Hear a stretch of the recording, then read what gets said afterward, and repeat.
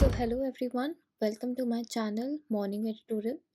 जैसा कि आप जानते हैं कि हमारी पहली वीडियो होने वाली है इस चैनल पे और पहली क्लास भी।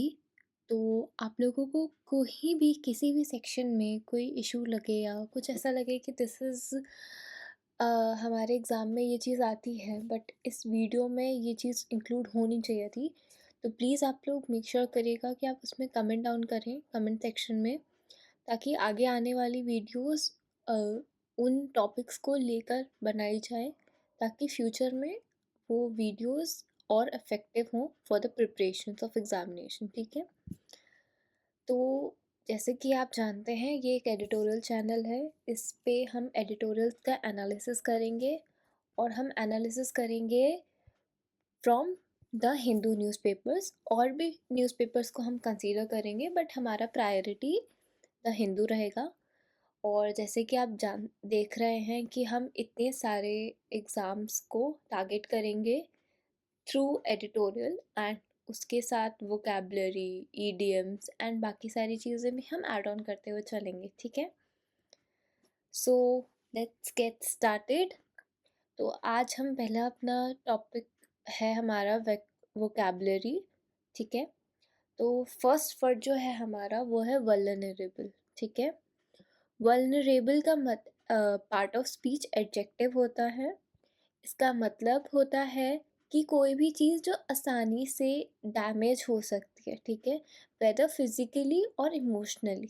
ओके, जैसे कि इसमें लिखा हुआ है weak and easy to hurt physically और इमोशनली। कोई भी चीज़ जो बहुत नाजुक है या फिर बहुत ही मतलब फ्रेजाइल कह सकते हैं हम, उस चीज़ को हर्ट करना फिजिकली और emotionally, whether it is a person और अ थिंग। ओके, तो अब इसके सिनोनिम्स क्या होंगे?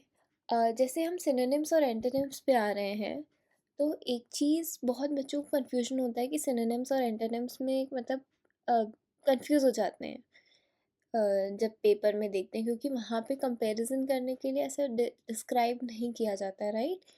तो इसको आप ऐसे समझिएगा कि सिनोनिम्स मतलब सेम वर्ड्स, क्योंकि सेम और सिनोनिम दोनों का स्टार्टिंग लेटर एस है, तो यू कैन ईजिली गेस कि सिनोनिम मतलब एस फॉर सेम। ठीक है, और एंटोनिम फिर आप इसका अपोजिट कर लीजिए कि ए है, तो फिर मतलब समथिंग अपोजिट वर्ड्स। ठीक है, बस आप इतना याद रखिए कि सिनोनिम है तो सेम वर्ड होगा, यानी एस है ना सिनोनिम का, तो that is equals to same. तो सेम वर्ड्स इसके जैसे ही ये है वैसे ही इजी का इसके मतलब सारे पर्यायवाची कह सकते हैं आप। ठीक है, तो अब हम देखेंगे सिनोनिम्स के सॉरी वल्नरेबल के सिनोनिम्स क्या हैं। फर्स्ट है सेंसिटिव,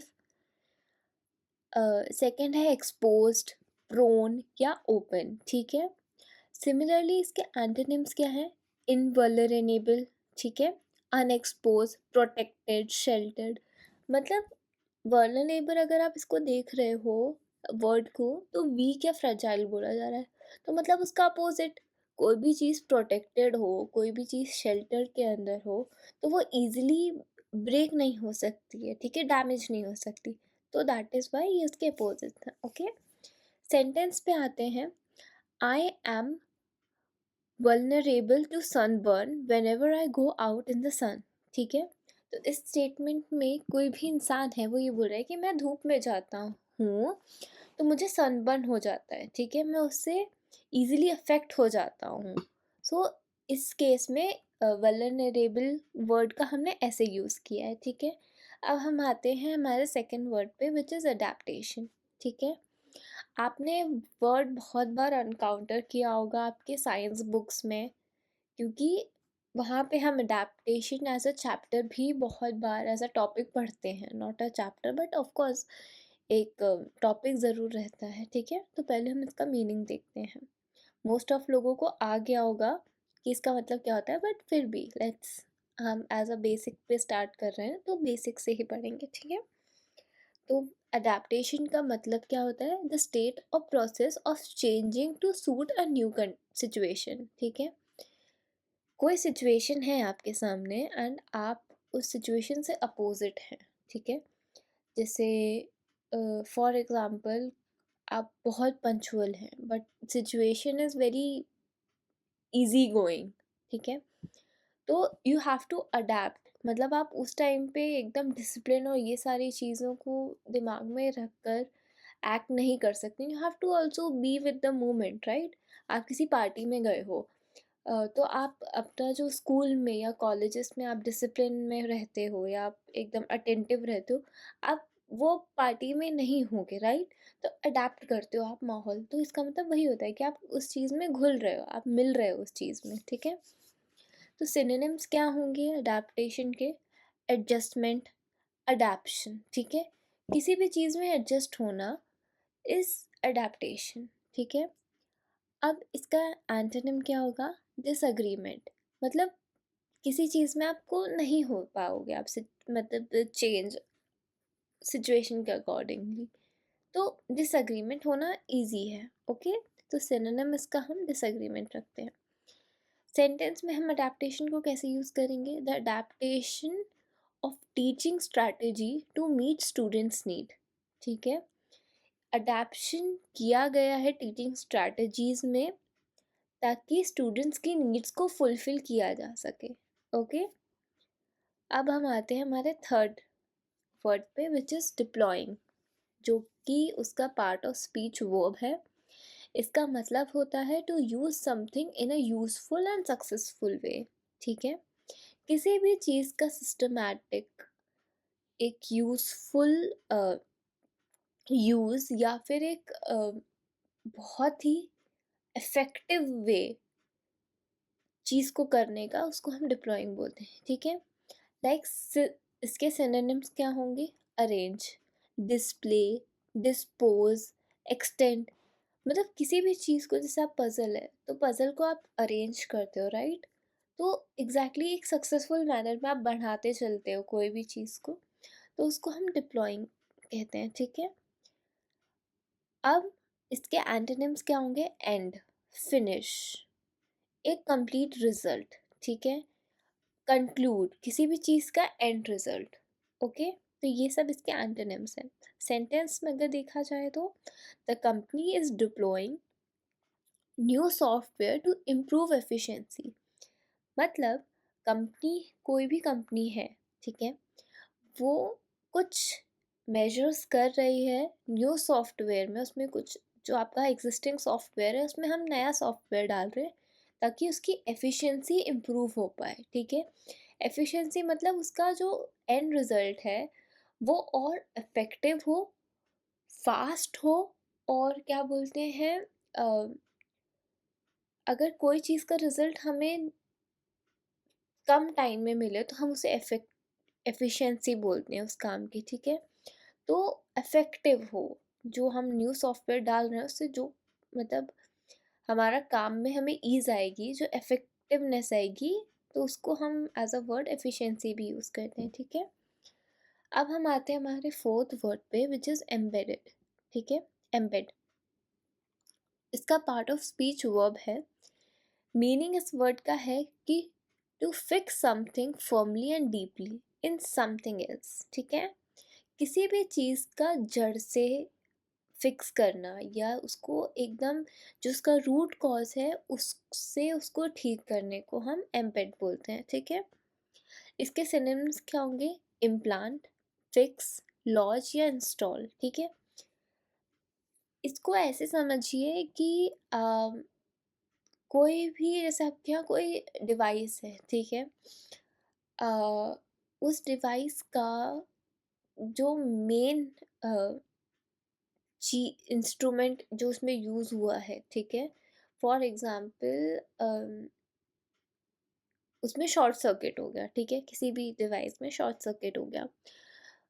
तो अगर आप उसमें बैटरी चेंज कर लेंगे, कुछ भी करेंगे तो उसमें नहीं होगा, ठीक है? दैट इज़ द अगर उसको देखा जाए तो वो ऊपर-ऊपर से फिक्स होगा।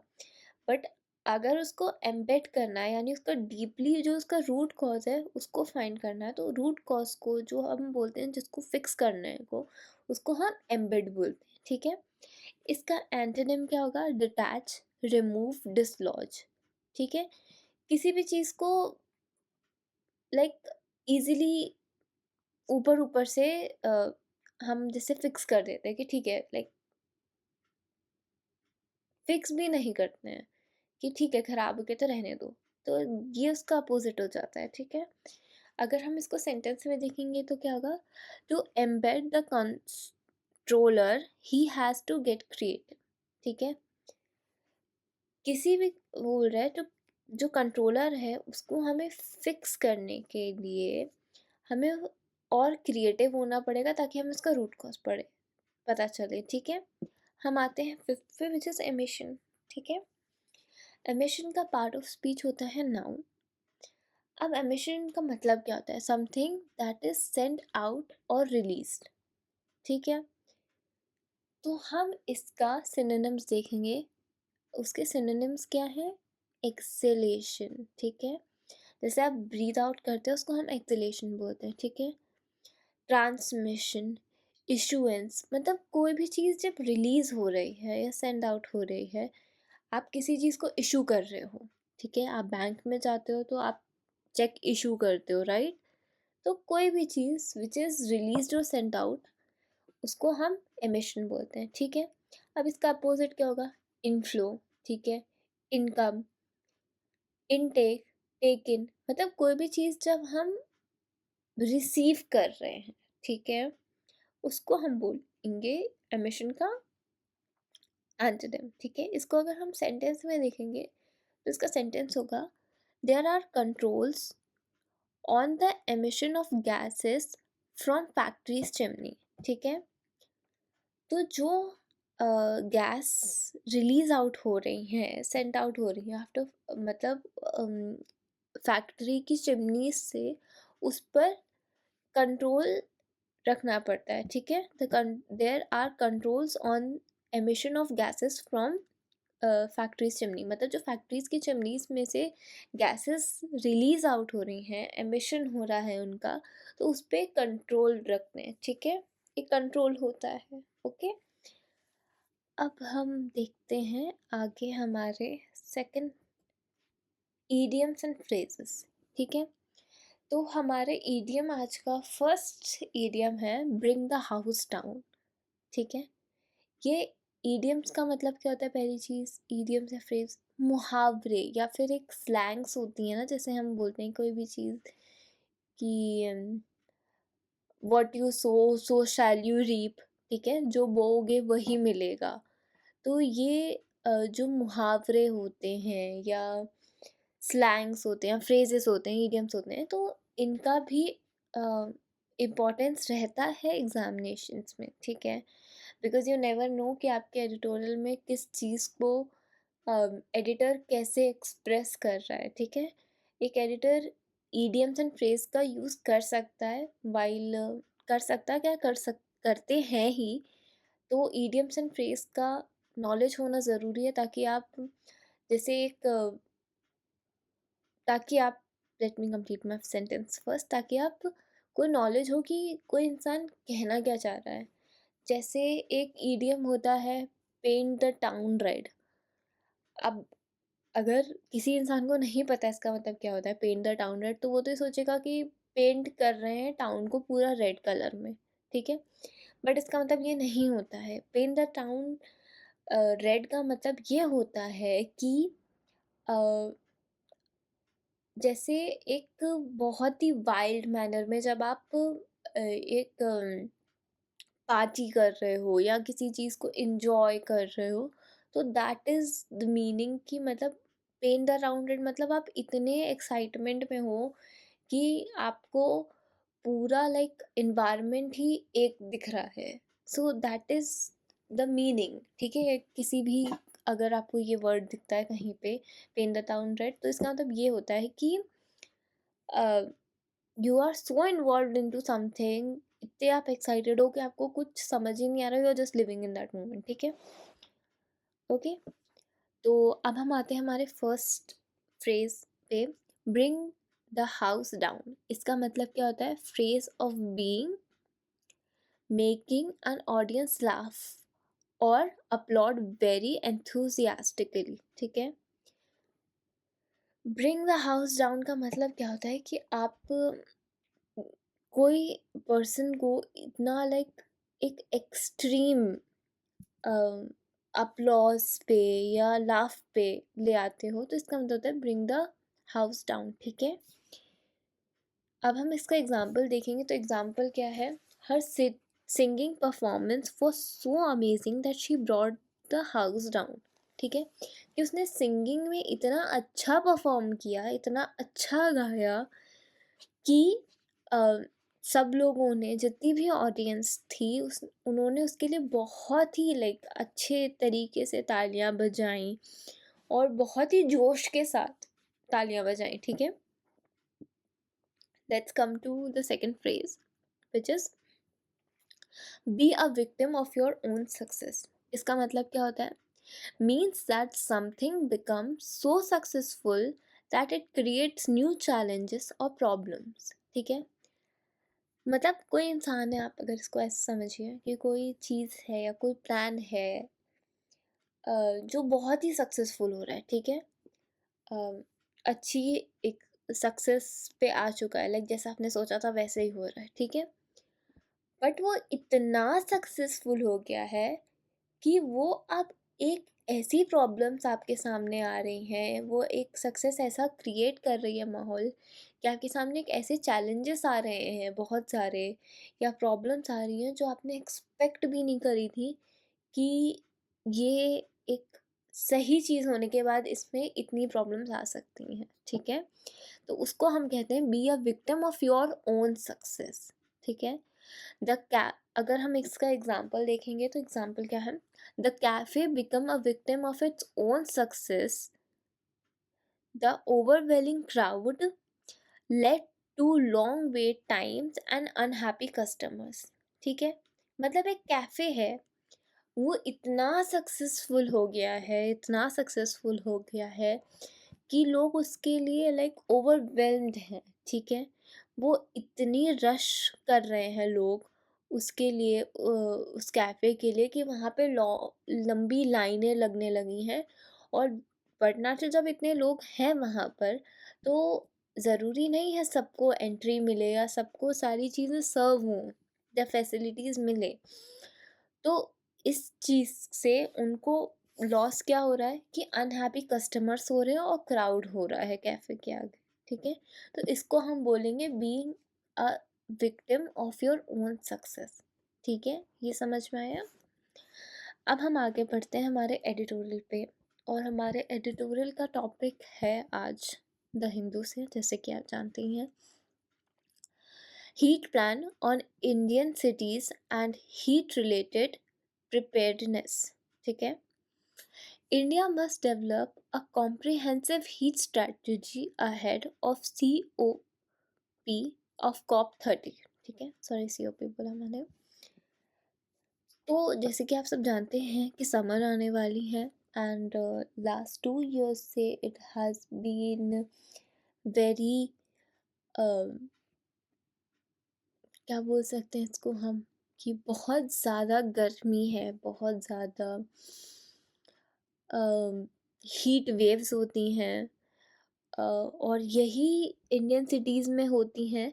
एंड इस हीट रिलेटेड हमें प्रिपेयर होना चाहिए इस साल के लिए भी, ठीक है। हमारे पास एक हीट प्लान होना चाहिए, ठीक है। Let's get started with the editorial, ठीक है। Summer has arrived early in several parts of India, ठीक है। इसमें एडिटोरियल में ये कहा जा रहा है कि समर आ चुकी है सेवरल पार्ट्स ऑफ इंडिया में, बहुत सारे जगह पे गर्मी पड़ने लगी है, ठीक है। In the last week of February, heat waves were officially reported in Goa and Maharashtra. Last week में, फरवरी के महीने में, लास्ट वीक फरवरी के में, दो ऐसी स्टेट्स हैं, गोवा एंड महाराष्ट्र, जहाँ पर ऑफिशियली रिपोर्ट हो चुका है हीट वेव्स का। जो गर्म हवा चलने लगती है ना, तो वो हो रही हैं एटमॉस्फेयर में, ठीक है। States such as Orissa, Telangana and Maharashtra have already recorded temperature exceeding 40 degree Celsius. States जैसे कि उड़ीसा, तेलंगाना, महाराष्ट्र, इन सब में ऑलरेडी टेम्परेचर 40 डिग्री सेल्सियस से ऊपर जा चुका है, ठीक है। एक्सीडिंग का मतलब होता है कोई भी चीज़ के क्या बोल सकते हैं हम एक्सीडिंग को, कि ज़्यादा हो रही है, ठीक है। Throughout most of February, 31 states and union territories experienced night temperature at least 1 degree Celsius above normal, ठीक है।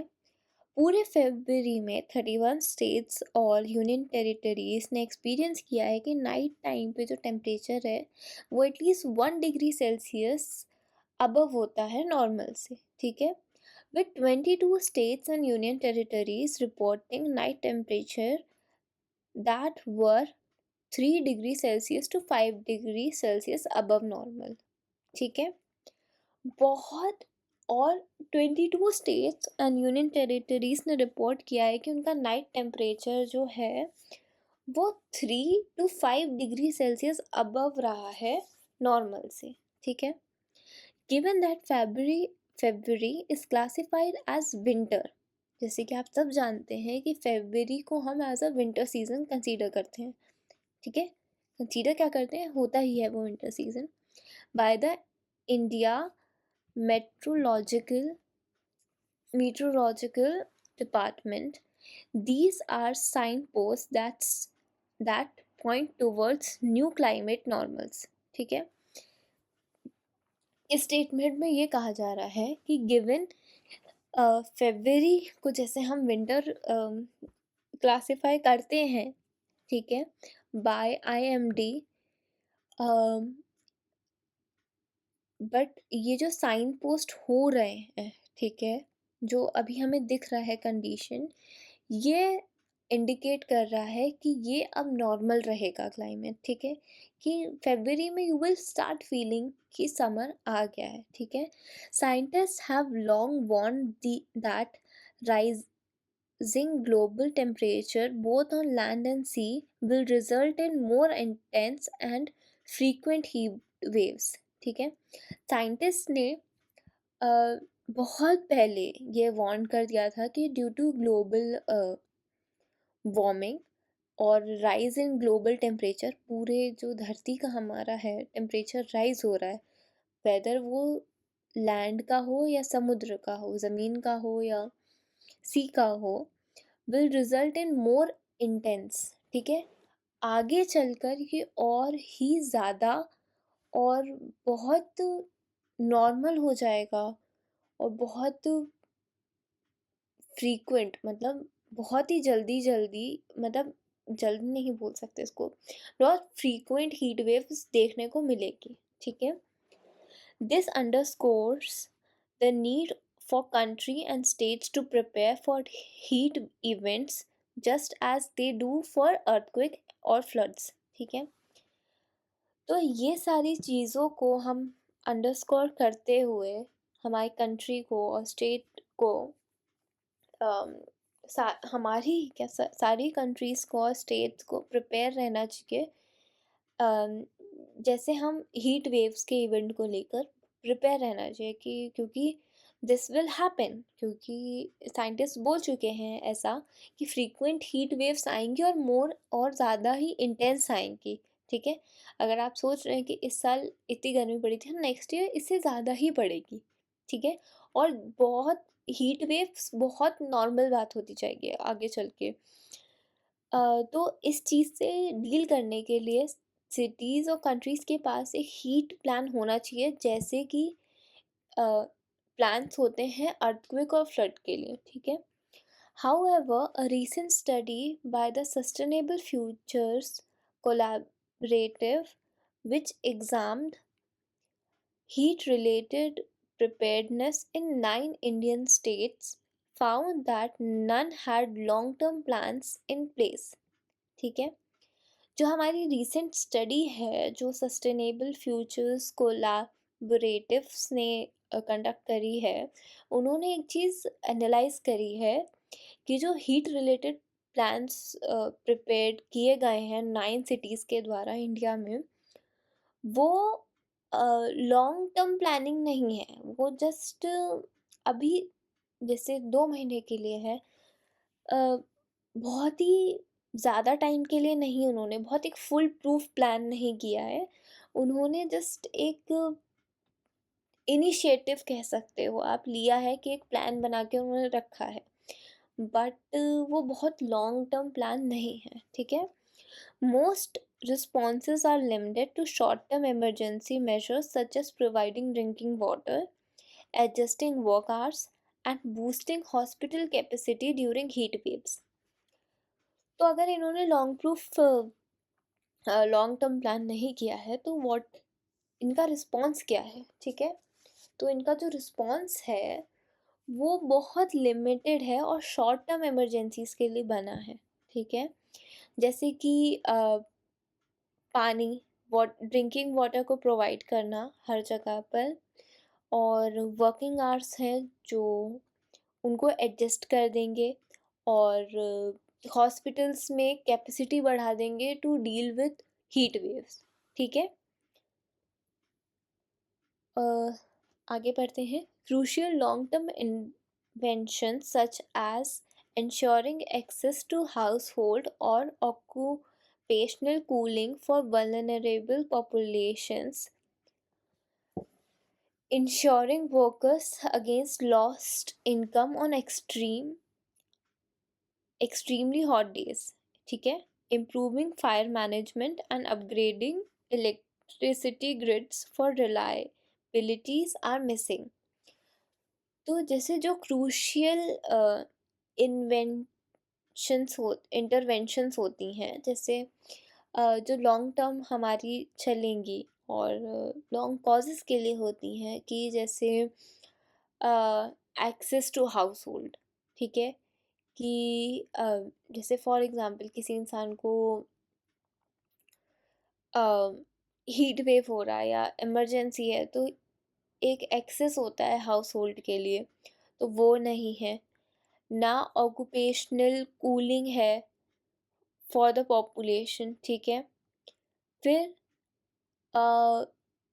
थर्ड क्या है? Ensuring workers against lost income on extremely days. ऐसा कुछ नहीं है वर्कर्स के लिए कि आज बहुत ज़्यादा है, गर्मी है, तो आपका इनकम लॉस नहीं होगा, ठीक है? Improving fire management, but natural मौसम बहुत ड्राई होगा, हीट होगा, तो फायर के चांसेस भी बढ़ते हैं, तो उसके लिए भी कोई ऐसा इम्प्रूव नहीं किया है फायर मैनेजमेंट को। और upgrading electricity grids for reliability are missing, ठीक है? अपग्रेडेड इलेक्ट्रिसिटी ग्रिड्स का भी कोई रिलायबिलिटी नहीं है अभी, कि इलेक्ट्रिसिटी, एज हम सब जानते हैं कि समर्स में इलेक्ट्रिसिटी का बहुत इशू होता है और बहुत रीजन्स में होता है, तो उससे भी रिलायबिलिटी कुछ नहीं है। Few cities have even begin planning for expanding local weather monitoring. कुछ सिटीज़ ने शुरू किया है प्लान करना उनके लोकल वेदर को मॉनिटर करने के लिए। Mapping urban heat island, map करने के लिए कि अर्बन हीट कहाँ पड़ेगी ज़्यादा, और training those responsible for implementing heat plan, और ट्रेनिंग भी करवाई है लोगों की ताकि वो इम्प्लीमेंट कर पाएँ हीट प्लान्स को, ठीक है? Other strategies which include increasing green cover, और भी स्ट्रैटेजीज़ हैं, जैसे इंक्लूड किया है उन्होंने ग्रीन कवर्स का, ठीक है? Creating open space to reduce heat, open space करी जाएंगी ताकि स्ट्रैटेजीज़ का प्लान रहेगा ताकि हीट रिड्यूस हो। And developing and deploying roof top solars for active cooling, ठीक है? अब जैसे बहुत लोगों ने अपने यहाँ सोलर पैनल्स लगवाए हैं, तो ऑफ कोर्स उसका शेड हो जाता है, तो फर्स्ट ऑफ ऑल आपको इलेक्ट्रिसिटी भी मिलेगी, और सेकेंड चीज़ क्या होगा कि ऑफ कोर्स आपका जो टेरेस होगा या फिर रूफ टॉप होगा, वो हीट से इतना अफेक्ट नहीं होगा, ठीक है, which will provide a very cool rooms, ताकि आप रूम्स में आराम से ज़्यादा हीट वेव को काउंटर ना करें, ठीक है। हाँ, सो हम कहते हैं, हाँ, cooling are often carry out without targeting the population that are most at risk, ठीक है। while globally eff- while global efforts to combat climate change largely focus on cutting greenhouse gas emission, the limiting process on that front is shifting attention to adaptation, particularly in managing responses to heat, ठीक है। अब इसमें इस sentence में क्या कहना चाह रहा है कि ग्लोबली इफेक्ट एफर्ट्स डाले जा रहे हैं ताकि क्लाइमेट चेंज को हम लार्जली फोकस करें और कट डाउन करें ग्रीन हाउस गैस का एमिशन, और लिमिटेड करें प्रोसेस, ताकि जो ये शिफ्टिंग अटेंशन है हम इसको लिमिट करें, ताकि हम इसके अडेप्टेशन, एक minute sorry, the limiting process on that front is shifting attention to adaptability, ठीक है। तो हमें इस प्रोसीजर को लिमिट करना है ताकि हम इसमें शिफ्टिंग अटेंशन जो चल रहा है अभी उसको हम अडेप्ट ना कर लें, ठीक है। और particularly in terms of response to heat, ठीक है। अभी ये शिफ्ट हो रहा है, जैसे कि आप देख रहे हैं कि फरवरी में हीट आने लगा है, राइट। तो ये अभी शिफ्टिंग प्रोसेस में है। इफ़ हम इस चीज़ को अडेप्ट कर लेंगे तो ये इन्वायरमेंट के लिए तो प्रॉब्लमेटिक है, बट हम लोगों के लिए भी बहुत प्रॉब्लमेटिक है, ठीक है। हम आते हैं अब सेकेंड लाइन पे हमारी, which is affordable cooling devices are frequently recommended but they raise concerns about increased use of ozone depleting refrigerants, ठीक है। हालांकि कूलिंग डिवाइसेस जो हैं वो फ्रीक्वेंटली रेकमेंड किए जाते हैं, ठीक है, कि आप एसीज यूज़ करिए, कूलर यूज़ करिए, बट इससे भी एक कंसर्न इंक्रीज होता है जो कि है ओजोन लेयर का डिप्लीशन ड्यू टू रेफ्रिजरेंट्स, ठीक है। बिकॉज ये ओजोन लेयर को सिक्री मतलब ये केमिकल्स रिलीज करते हैं एयर में जो कि हमारी ओजोन लेयर को इफेक्ट करते हैं, ठीक है। सो एक्सपर्ट्स का अब क्या कहना है, experts now advocate having sustainable buildings, green infrastructure and passive cooling solutions, although these two can impact land prices and urban planning, ठीक है। तो एक्सपर्ट्स ने अब हमें एडवोकेट किया है कि हम सस्टेनेबल बिल्डिंग्स की तरफ सोचें, ग्रीन इंफ्रास्ट्रक्चर के बारे में सोचें, कि हम जैसे फ्लैट्स में हैं तो एटलीस्ट यू हैव एक पूरा वॉल, जैसे बहुत मॉडर्न इंफ्रास्ट्रक्चर में चल रहा है कि आप प्लांट्स रख लें छोटे छोटे छोटे छोटे, ताकि वो ऑक्सीजन प्रोड्यूस करते रहें एटमॉस्फेयर में, और पैसिव कूलिंग सॉल्यूशंस का यूज़ करें। ऑल्दो ये बहुत ज़्यादा एक इम्पैक्ट क्रिएट करेंगे लैंड प्राइसेस में और अर्बन प्लानिंग में, ठीक है। India must develop a comprehensive national heat strategy and embed it within its national adaptation plan ahead of the 30th UN Climate Change Conference COP30 in Brazil in November, ठीक है। तो इसमें कह रहे हैं कि इंडिया को डेवलप करना चाहिए comprehensive plan for national heat strategy, और इसको एम्बेड करना चाहिए नेशनल अडेप्टेशन प्लान में, जो कि आगे चल के COP30 जो ब्राज़ील में होने वाला नवंबर में, इसको हम उसमें एम्बेड कर पाएँ, ठीक है। तो दिस वाज आज का editorial analysis. Of course first class है तो कुछ चीज़ें ओवरलैप हुई होंगी एंड मिस्टेक्स भी रहे होंगे, तो sorry for that. But of course आगे आने वाली वीडियोस में ये सारी चीज़ें फेस नहीं होंगी, और I will try to improve, क्योंकि ऑफ कोर्स फर्स्ट क्लास ही तो I was also nervous. But make sure आप कमेंट करिए, सब्सक्राइब करिए और लाइक करिए, ताकि मैं और भी ऐसे इम्प्रूव्ड वर्जन के एडिटोरियल्स के साथ आपको मिलूँ। तब तक के लिए all the best and bye bye.